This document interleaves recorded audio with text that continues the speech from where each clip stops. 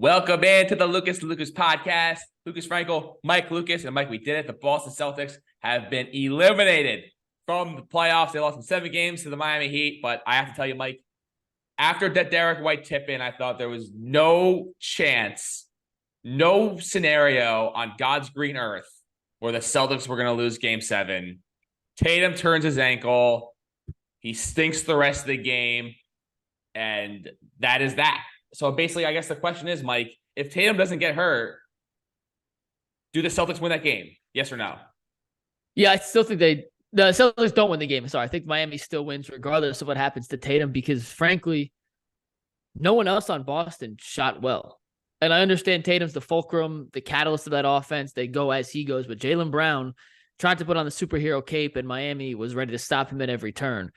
Marcus Smart, not great. Malcolm Brogdon could barely play. Al Horford was gassed by the end. Robert Williams was a non-factor. I think at the end of the day, as ugly as that game was and as disappointing as it was to see Tatum get hurt in the first 23 seconds of the game because it took away a lot of the drama, I think throughout the series we had learned that Miami was the more mentally tough team, the better coach team, and in Game 7, sometimes it's that mental toughness and that coaching edge that prevails. And I think regardless of what happened to Jason Tatum, that was a game that Miami was going to win. Now, I lost a lot of money on that because I thought Boston was going to win. I bet on Boston. This is all hindsight talking as to me saying like, oh, you know what? I am stupid for thinking that momentum tip in Game 6 to send it to Game 7 was enough to propel the undermatched team as far as the schematics, the coaching, the legs go in favor of Boston. But Miami would have won that game regardless of what happened to Tatum. It's just a bummer we didn't get a chance to see what could have been an all-time classic had Tatum been fully healthy.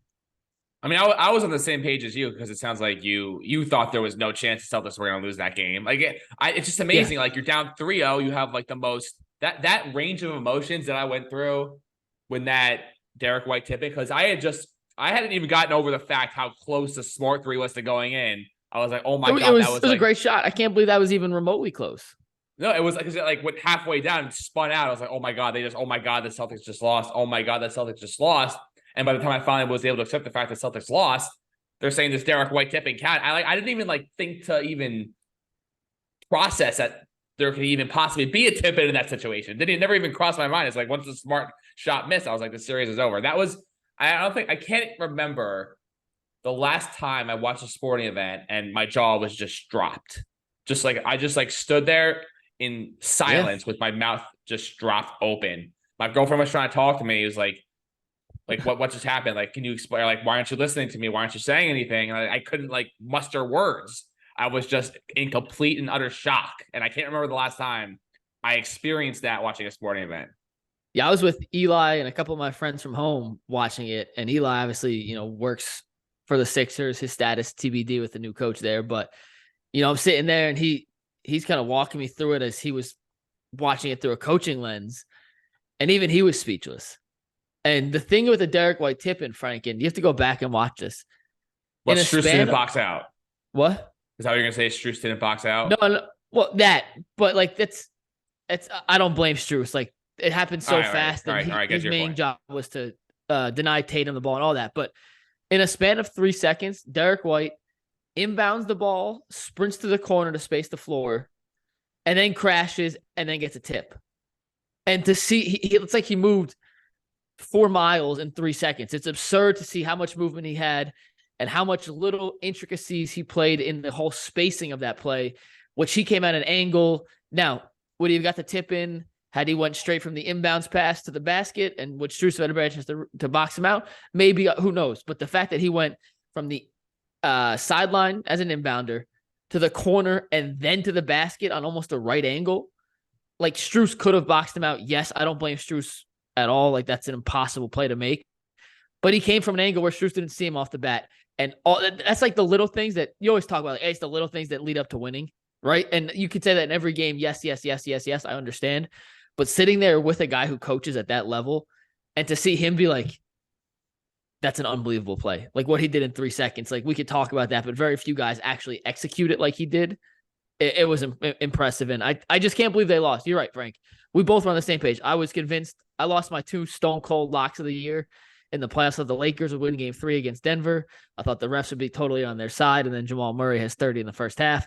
I thought game 7 was a stone cold lock for the Celtics. No way Boston would lose after having that miraculous comeback. I thought Miami would wilt, so shame on me, and that's probably why I shouldn't gamble anymore, but here we are, Frank. It was awesome. But if you also look at the play, like, if that ball doesn't carry him to the perfect spot. White, Tatum was right there on the if that ball had gone, instead of carrying to the right where Derek White was, if it had gone to the center or the left, looks like that was Caleb Martin, and Bam Adebayo was nowhere to be found in the paint in that play. So it was either Tatum or White, and the ball just carried him to White. So even if White didn't get it, Tatum would have, and the Celtics would have won either way, because none of those guys, the first 2 guys that had a chance at that rebound were Tatum and White, and they were both right there, and the ball just happened to go to White. But awful play by the Heat, and I'm still in disbelief that just the whole series. It seemed like every game where you thought one team was going to win, the other team won. Like the first 3 games, I was like, oh, the Celtics are going to win, the Celtics are going to win, and the Heat managed to win all 3. And then finally, game 4, the Heat were favored for the first time in the series, and then they lost 3 straight, and it was just, I can't, like, the range of emotions in the series was just bizarre. Absurd. But we did what we had to do, though. I mean, we got the Mavericks out of the playoffs, we got the Suns out of the playoffs, we got the Sixers out of the playoffs, and now we got the Celtics out of the playoffs. So we went 4 for 4 here, and whoever wins the NBA Finals, great for them. It's probably going to be the Nuggets, but I no longer have to root against teams in these NBA playoffs, and it's a pretty good feeling, if I must say. You know, it's on the one hand, I'm excited for this playoffs because my boy Danny Bisacchio, the video coordinator for the Heat, who I talked to yesterday, is in it, and I'm excited for him, and hopefully he gets a chance to win his first ring. It's a terrible matchup for Miami. I think Denver is the superior team in almost every facet here, and they've absolutely smoked the Heat in their last 6 matchups dating back to last season. They're 3-0 this year, 3-0 last year. Hasn't even been close. Jokic is so much bigger than Adebayo that even though Adebayo is a very active and agile defender, Jokic just can see over him, and he passes and distributes. It's just a terrible matchup for Miami. I don't think it'll be a very entertaining finals, but these are the 2 best teams throughout the playoffs, and you don't always get the 2 best teams in the playoffs meeting in the championship. 2 and even best though I don't teams. Do you think you consider them the 2 best teams? Well, Denver, I think, is the best team. I think. Well, Denver is that. Yeah, I don't think that's much of a debate. And I would say that, and the Heat. I mean, they look at the teams the Heat beat to get here. They beat the 1 seed. They beat the 2 seed. Yeah, with the compromised Giannis. Granted, but I'm just saying, like they beat a 1 seed. They beat who I thought was the best team in the East in Boston, and they beat them on their home court in Game 7. So I think you have the 2 right teams playing in the championship. If you want to make the case for Milwaukee because Giannis was hurt, I'll hear you, but they were 3-0 against Milwaukee when Giannis played, so I have a hard time even kind of conceding that. The only game Milwaukee won against Miami was without Giannis. So I think the 2 best teams in the finals. I don't think it's going to be a very good finals, but every time you count out Spo and the Heat, you never know what's going to happen. So I know that's like that. That's because the Celtics were bigger favorites in their series than the Nuggets are in this series. So that's, I guess, Vegas is starting sort of, they want to protect themselves a little bit more from this Eric Spoelstra magic. But the only avenue I could see the Heat winning the series is someone in Denver getting hurt, whether it's and it's got to be either Jokic or Murray. I think if those guys are healthy through their whole series, I don't really see any avenue where the Heat can win this. I just think the talent disparity is just too great, and to count on these superhuman performances from Gabe Vincent and Caleb Martin, 2 of the most unheralded guys, to beat them, one of the, like, in terms of coaching, in terms of just up and down roster, I think that, I mean, the Nuggets and the Celtics are just completely incomparable. And we saw Missoula get completely exposed, and Mike Malone and Missoula are on different stratospheres when it comes to coaching ability. Night and day. Tomorrow, Frank, before we move on, we're doing tomorrow the top 5 storylines to watch in the finals. You want me to run them off real quick for you? Are you telling me what they are? Yeah, I'm gonna tell you what they are. You tell me what you think of them real quick. Number 1, we have Nikola Jokic versus Nikola Jovic. Oh my God. Okay. That's just a fun story. Did Jovic even play a second in the Celtics series? And he will not play in the finals unless it's a blowout. However, their names are exactly similar, and I don't think most people know Jovic exists. Number 2, Tyler Hero is supposed to come back for Game 3. I actually think, and Devin Harris told me this when we filmed our pilot in Dallas last month, that the Heat are better without Tyler Hero. He's been proven right in the playoffs so far. I actually would not incorporate him back into the lineup if I'm Miami. I didn't believe him at the moment. and I talked to some people about it. I do think Miami's better in not in the regular season is different, but in playoff scenarios, I think they're better without Tyler Hero. I mean, let's call it what it is, Mike. If Tyler Hero plays or doesn't play, it doesn't matter. The Nuggets are still better. So I told you I'm picking the Nuggets in 5. I'm just telling you my storylines. I'm just telling you what I think the storylines are to watch. Third, Denver going for its first ring ever. They've been a franchise for 47 years. They've never been to the finals. They're 42-7. Are you ranking these from 1 is your best, 5 is your worst? So how we do the segment is I throw out 5 and then we rank them. Oh, okay. I was like, your number 1 storyline is Jokic versus Jovic. I was like, no. Well, if I was gonna do it, I'd go backwards. If I was gonna do it, I'd go backwards. But these are just I throw them out and then we rank them. So we got Denver going for their first ring. I put Heat culture as one of these because there's so many things. An 8 seed's never won a title. If somehow Miami wins, it cements Jimmy Butler's playoff run this year as like the greatest playoff performance, arguably greatest individual playoff performance, arguably ever. And here's a fun stat, Frank. How many NBA coaches do you think have 3 rings? Current coaches? No, all time. How many NBA coaches have won 3 different championships? Steve Kerr. Okay. Phil Jackson. Okay. That's 2. Greg Popovich. 3. How many are there? Do you want to tell you how many there are? Yeah.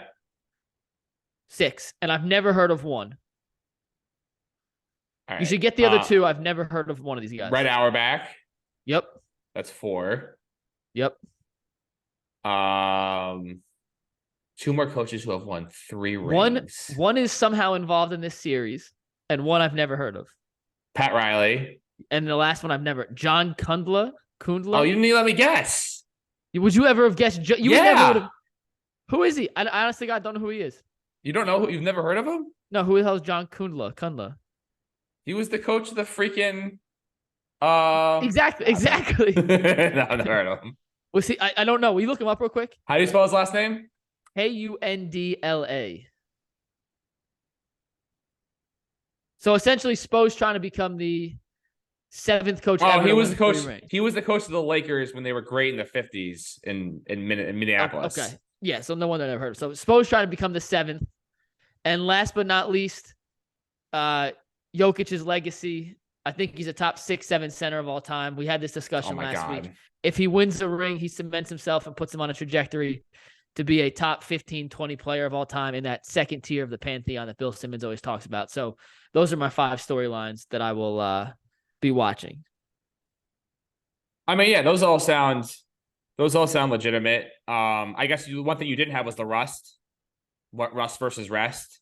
Denver on I believe 9 days of rest. Miami on 2. I think if Miami's got to win game 1, they want any chance to compete in the series. Agreed. I feel like the Heat have been underdogs in every series they played. Just like how much are they just fueled by this? Just doubt, because I'm doubting them again. I thought they'd lose every series they played. Except for the Knicks. I thought they'd beat the Knicks, but after that, I thought they would lose every series. So it's been a wild run, but let's call it. Nuggets are winning in 4 or 5. Let's get to the Celtics real quick. Yep. So I know I saw you tweet about it, so I know you listened to it. The last 45 minutes of the last Bill Simmons podcast, when they talked about the CBA, was like no one. I hadn't heard a word about it before. I hadn't seen anyone written about it or spoken about it, but it's insane to me how. So basically, what it is that if you're over a certain salary tax threshold, then you're sort of restricted in terms of what you can do. You can't sign mid-level guys. You can't trade first-round picks past a certain year.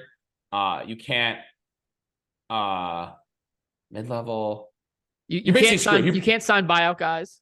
Right? Yeah, no buyout guys. Basically, you're so restricted in terms of what you can do, and I'm surprised that this passed. I can't believe it. I can't believe it.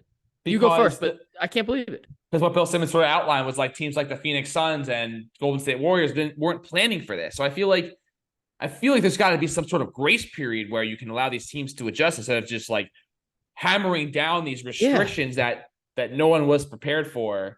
And let me ask you this, Frank. This is what I didn't get from all of it. And please, if you have an answer, please.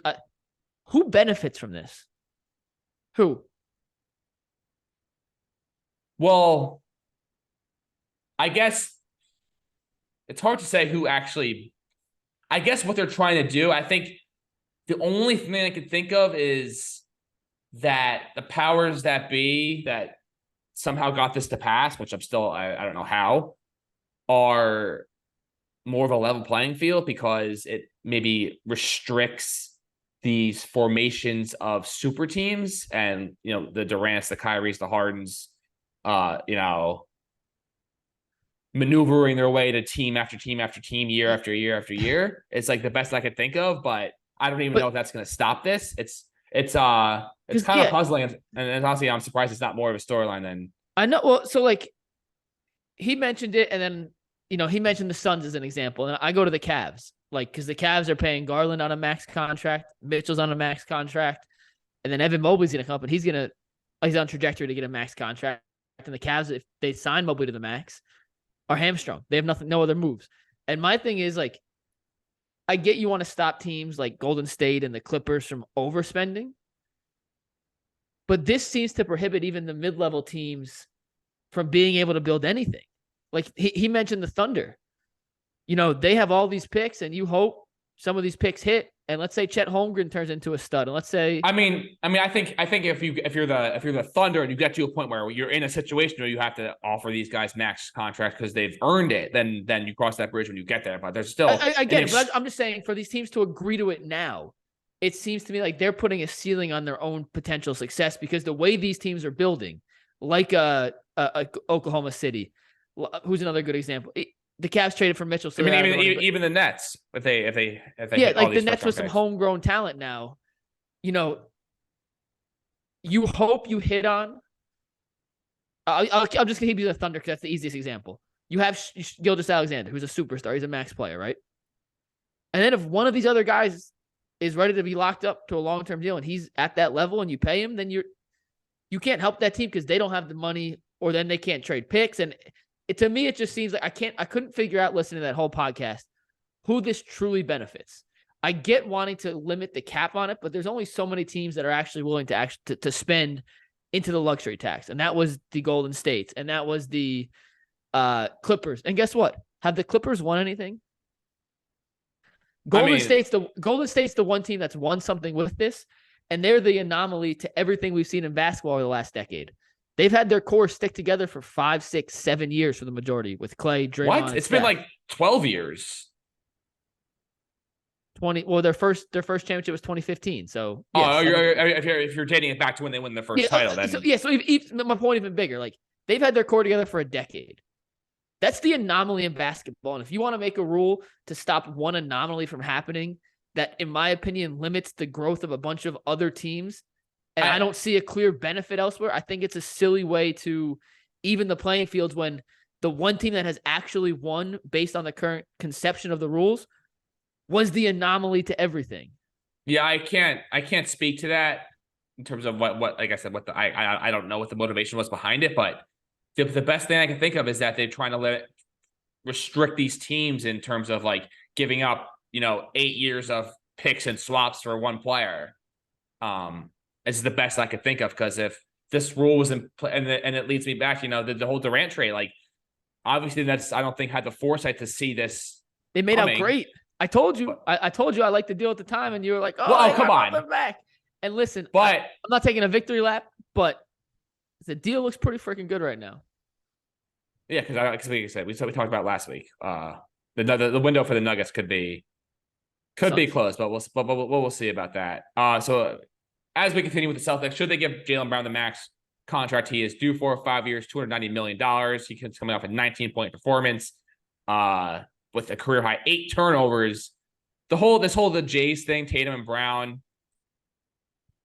I mean, you've seen over the past 6 years really that if you have these two guys in your team, you can make the NBA Finals, you can make deep playoff runs every single year. So I don't really. This whole notion about blowing the whole team up, I think is a little ridiculous.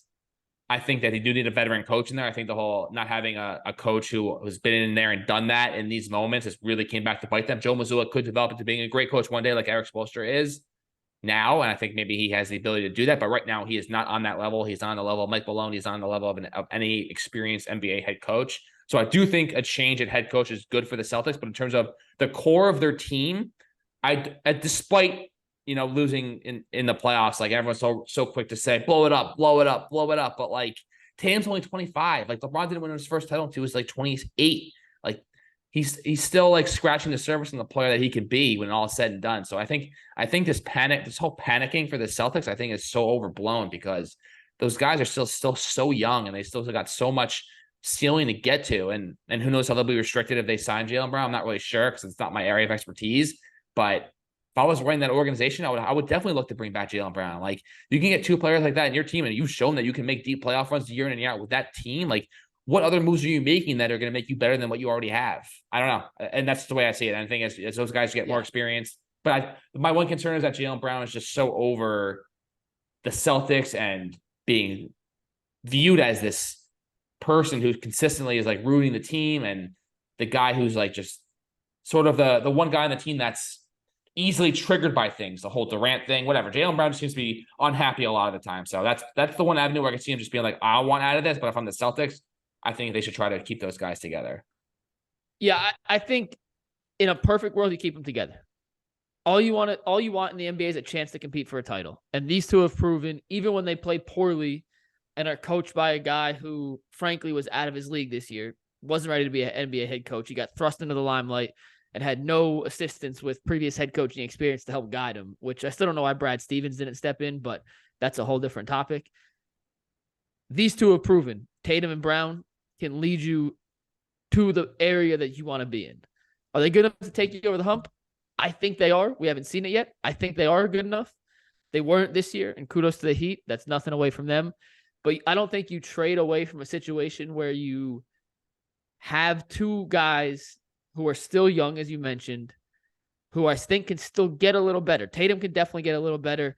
Brown, I think he's 90% of the way to who he can be. If he improves his handle a little bit, I think he can unlock one level more offensively, but he's essentially a finished product at this point for an unproven commodity that then you have to work back into the system and figure out how to play with. So I wouldn't move him, but I can see why these discussions are happening. And as far as Brown goes, like, he was in the Durant trade discussions. He was in the Kawhi trade discussions a few years ago. At the end of the day, Jaylen Brown has to be realistic with himself. Jason Tatum is the alpha dog on that team. Jason Tatum will not be moved. Jason Tatum is the building block, the foundational piece. To be a number two in this league is no slight. Kyrie was a number two to LeBron when they won the championship in Cleveland. Since then, he wanted to be the number one. Has he proven for any minute in time, Frankel, that he can be the number one option on a championship team? No.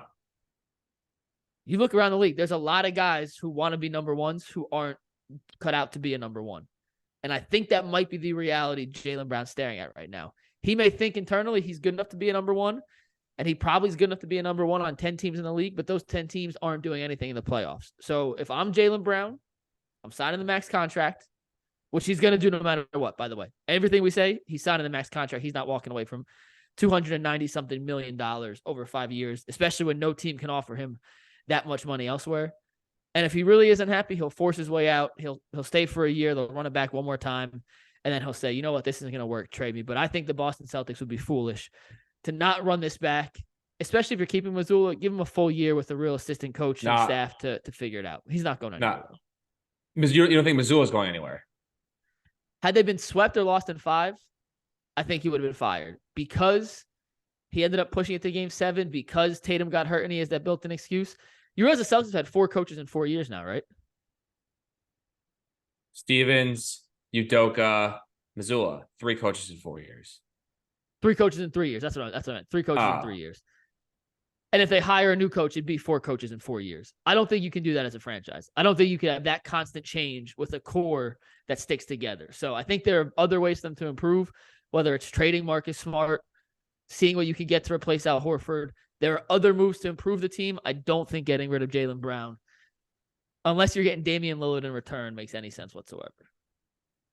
All right, let's move on to the National Football League where DeAndre Hopkins was released by the Arizona Cardinals. By the way, I love what the Cardinals are doing. Tanking for Caleb Williams. They're favored to have the worst record in the NFL. That is 100% the way they should go. They're going to trade Kyler Murray at some point. They're favored to have, like I said, the worst record in the league. So I applaud what the Cardinals are doing because if the Jets didn't get Aaron Rodgers, this is exactly what I would want them to do. And Caleb Williams is going to have a much better NFL career than Kyler Murray. It's not even going to be close. Yeah, I've been on the record. I will say it again. I do not think Kyler Murray is good. I do not think I will ever trust him to be a starting quarterback in this league. He's going to put up fantasy numbers, and it's not going to lead to wins. So if that's the guy you're hitching your wagon to, and I cannot fathom why the Cardinals gave him that contract last year, I think you're a doomed franchise, a stupid franchise, and you are destined to be picking near the top of the draft year after year. So silly move by them. Caleb Williams is going to be exponentially better. And even if he's not exponentially better, he just has to be okay to be better than Kyler Murray. They are tanking. If they don't have the number 1 pick next year, Frank, I will be shocked. I will be shocked. Well, we'll see. I'm trying to think who else could be in that mix to have the worst record. The Buccaneers with Baker Mayfield and Kyle Trask as their quarterback tandem. So the odds for the worst record of the Cardinals are plus 230. The Texans with CJ Stroud are plus 650. The Buccaneers are plus 750. The Rams are plus 1,000, and the Colts are plus 1,000.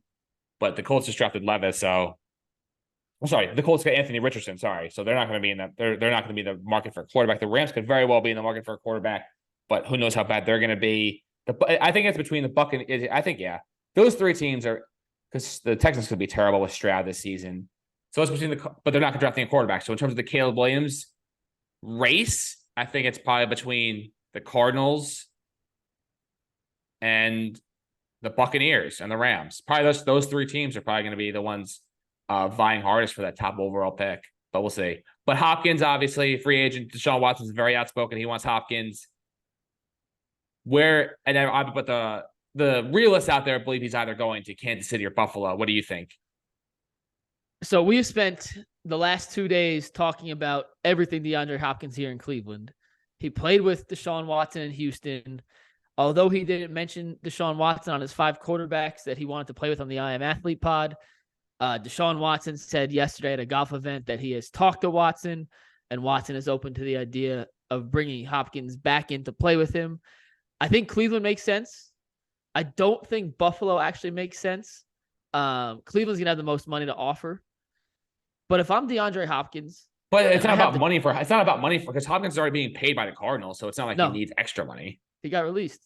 He only gets $2 million of he only gets $2 million of the released. It wasn't guaranteed. If they traded him, he has a cap hit of $19 million, which still goes against the Cardinals. So you think he's going to follow them? So you think he's going to follow the money, or do you think he's going to sign with a contender? I think he ends up with the Chiefs, is what I'm saying. But if he wants money, the Browns and the Patriots have the most money to offer. I really hope he doesn't go to I do not want him on the Patriots. If he wants a mix of a couple things, then I think the Chiefs makes the most sense for 2 reasons. One, if Hopkins is serious about winning, where better to go than Kansas City? And 2, they still don't have like a number 1 receiver. Like he would go in and immediately be their number 1 guy, the number 1 option for Patrick Mahomes outside of Travis Kelce. He's obviously number 1, but the number 1 guy on the outside. And look at all the receivers they have right now. Tony, Sky Moore, MVS. Like those are speed guys. He doesn't have a real possession jump ball winner on the outside. And I think Hopkins would bring a dimension to that offense that they haven't had. For them to do that, he'd have to take significantly less money than he could take in Cleveland or New England. So I would pick the Chiefs if I had to put money on it, but don't count out the Browns in the grand scheme of the Hopkins sweepstakes. It makes a lot of sense on paper for the Browns as well. Yeah, it says, yeah, I think this screams Chiefs all over it, but we'll see. We'll see how it ends out. A couple of Yankee notes before we go. Harrison Bader, surprise, on the IL again. We talked about him last week, Frank. As soon as we do that, I just don't understand. Like, you're a professional athlete. How on a simple run to first base does this happen? I just don't understand. Like these guys, like Giancarlo Stanton running to second base, and it hurts his hamstring, or hurts whatever he had, calf, whatever it was. Like these simple moves that just you and I could do on a daily, and nothing would happen to us. But these professional athletes, with supposedly the best trainers in the world, do the most simple of movements, and they always get hurt. Either way, whatever, it is what it is. Anthony Rizzo, the Yankees said on Sunday that they took him out of the game for precautionary reasons. He's going to play on Monday. Guess what? We haven't seen him since. He's probably not playing on Wednesday against the Mariners because they have an off day on Thursday and they want to give him the extra day. So we're seeing this. We're recording this before the Yankees release their lineup on Wednesday. I guarantee you, Anthony Rizzo will not be in the lineup. Anthony Volpe has been he hit a home run on Tuesday night against the Mariners, but man, he's been a really, really tough watch so far, especially defensively. It was an easy ground ball in the first inning last night that he just butchered, and he's making a lot of mistakes. Nestor Cortez can barely make it through 5 innings anymore. So he is who we thought he was. And the only really positive right now is Aaron Judge, who looks like despite Ohtani hitting 2 home runs so far today, he's still got He's unreal. Some more way to go in this game. At least he might hit 3 home runs. Who knows? The White Sox are terrible. But Ohtani has 2 today. Yeah, he has 2 today. He hit a 459er. 459 and 425. Yeah. But Judge is still and moral of the story is Judge has been absolutely insane. He's the best player in baseball. I don't want to hear about Ohtani. Ohtani doesn't play the field, and Judge does. So Judge, it's whatever. Aaron Judge over Shohei Ohtani any day of the week, and that's pretty much where those arguments start and end. Listen, I love Judge. I don't know. Yeah, I still would take. You can't go wrong. You got 2 great options. They are phenomenal. So as we're recording this, the Yankees are 5 games out of first place. The Chicago Cubs currently lead the Tampa Bay Rays 2-0 after 6 innings. So the Cubs on the verge of possibly, I'm going to jinx the crap out of this, possibly sweeping the Tampa Bay Rays. And I bet you when we send this out, the Rays will have scored 4 runs in the 9th inning to complete the comeback. So that's just the way the season is gone. But Yankees only 5 games out of first place as we're recording this, but it's going to be a long stretch here without Harrison Bader. Stan and Donaldson's supposed to come back. Donaldson, honestly, I know that he's one of the more frustrating players to watch for the Yankees, but we'll see how he does. But I'm a little excited to see Josh Donaldson come back this weekend, play some third base. You know that defense. I know I do hate him, but I'm talking myself back into him for some reason. Aaron Hicks signed with the Orioles, so he's going to hit a big home run for Baltimore against the Yankees. And that's where things stand in Major League Baseball at the moment. And that will do it for this edition of Lucas and Lucas Podcast. We'll see you all next week when the Miami Heat will be down 2 games to none after 2 games in the NBA Finals.